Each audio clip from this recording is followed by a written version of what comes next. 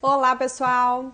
Hoje eu vim falar sobre um assunto bem interessante. Todo mundo sabe que somos um acúmulo dos livros que lemos, dos filmes que assistimos, das pessoas que convivemos e por aí vai. Então, eu falei, vou pegar um livro que influenciou bastante minha vida e que ele resume bem hoje, principalmente a minha vida adulta e a minha vida mais amadurecida financeiramente falando.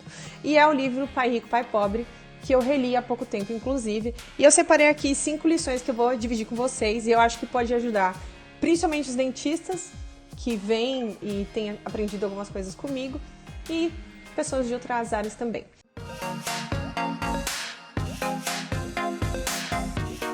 Então vamos lá. A primeira parte, e só falando um pouco sobre o livro. O nome do livro é Pai Rico e Pai Pobre. Ele foi escrito por Robert Kiyosaki e ele fala sobre finanças e dinheiro. Não vou contar o livro para vocês lerem, vou contar só as minhas experiências. E uma delas, sobre a corrida de ratos. Isso foi o número 1, o essencial. Não tem jeito.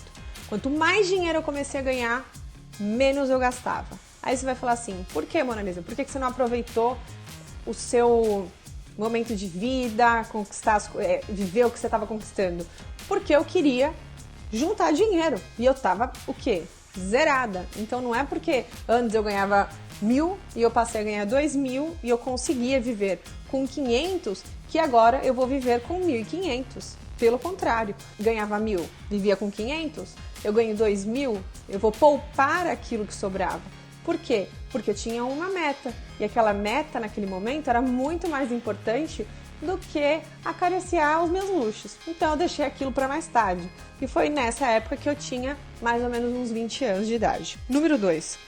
Ser pobre e estar quebrado. E isso pode te ajudar principalmente agora na época de Covid. Existe uma grande diferença em ser pobre e uma grande diferença em estar quebrado.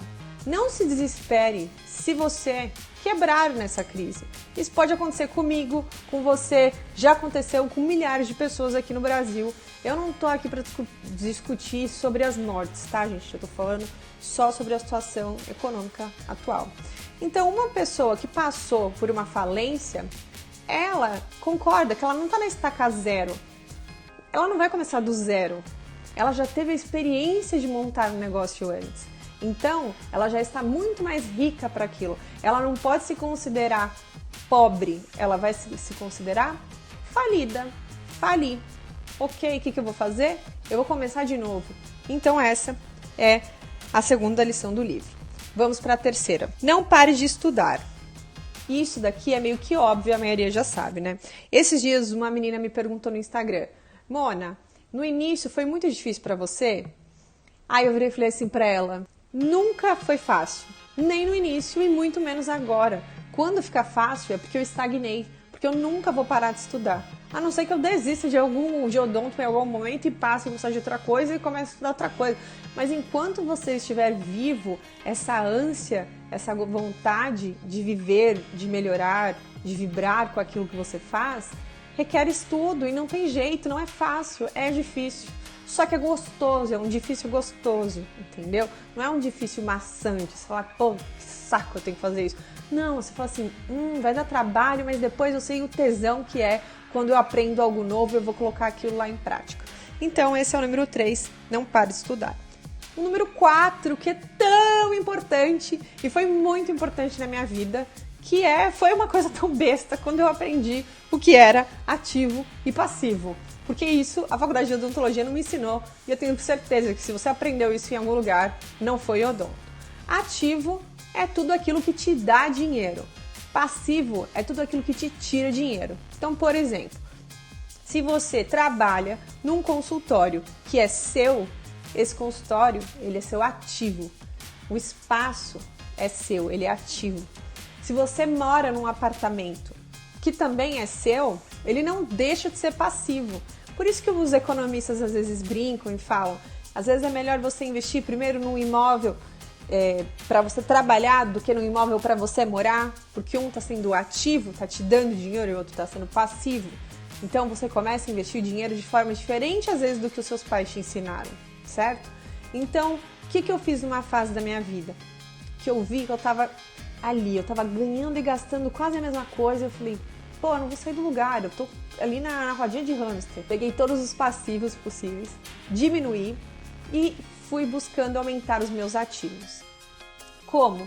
De diversas formas, dentro ainda da odontologia.